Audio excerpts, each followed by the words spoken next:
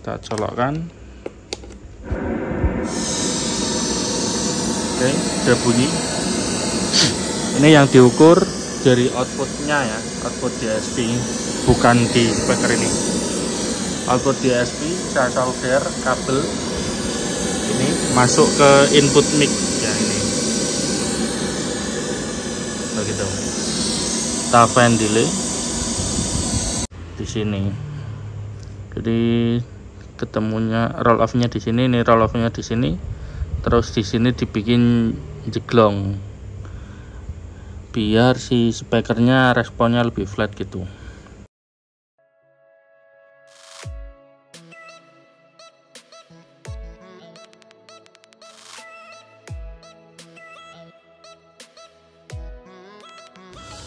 Oke, saya mau ngukur smart life dari speaker DB Technology Behave ya, Behave 12. Jadi yang tak ukur itu DSP nya. Ini kan ada DSP,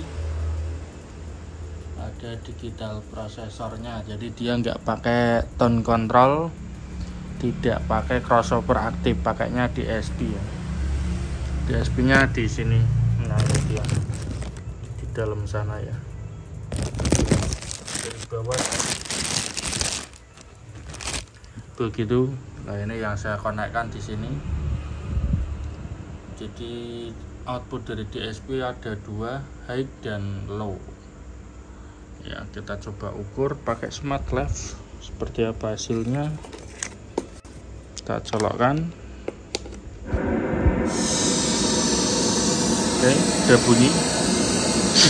Ini yang diukur dari outputnya ya, output DSP, bukan di speaker ini.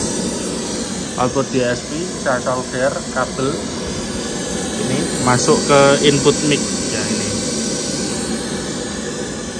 begitu. Kita fan delay, insert, kita capture.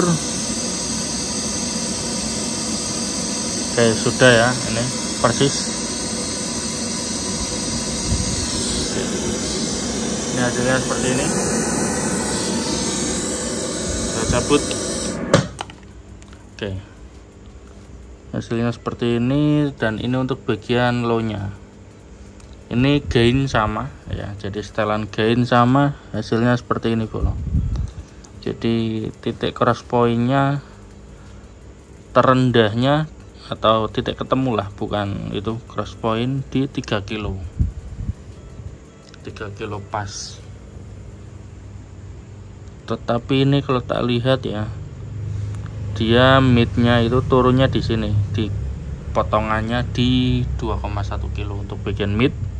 Terus untuk di bagian high di sini 5,5 lah, sekitar 5,5 di sini. Jadi ketemunya roll off-nya di sini, ini roll off-nya di sini. Terus di sini dibikin jeglong biar si speakernya responnya lebih flat gitu, tanpa di EQ di area 3 kilo ya. Kemungkinan berarti speakernya ini di 3 kilo tinggi gitu, responnya tinggi. Jadi biar 3 kilonya turun banyak ya, cross point-nya dilebarin atau diturunin seperti ini begitu. Terus untuk titiknya, jadi ini sudah di EQ ya. Jadi DSP nya nggak cuma bikin crossover, tapi ada parametriknya.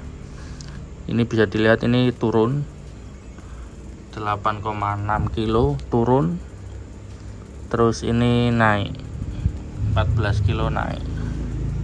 Dan di sini ini turun sih, kelihatan ini dipotong, bukan cross point-nya. Di 4,7 dia dipotong. Dia ada dua titik, ini dan ini. Kemungkinan ini flatnya dipotong. Ini kalau flatnya kan di 0 dB, ini di minus 4, berarti dipotong 4 dB.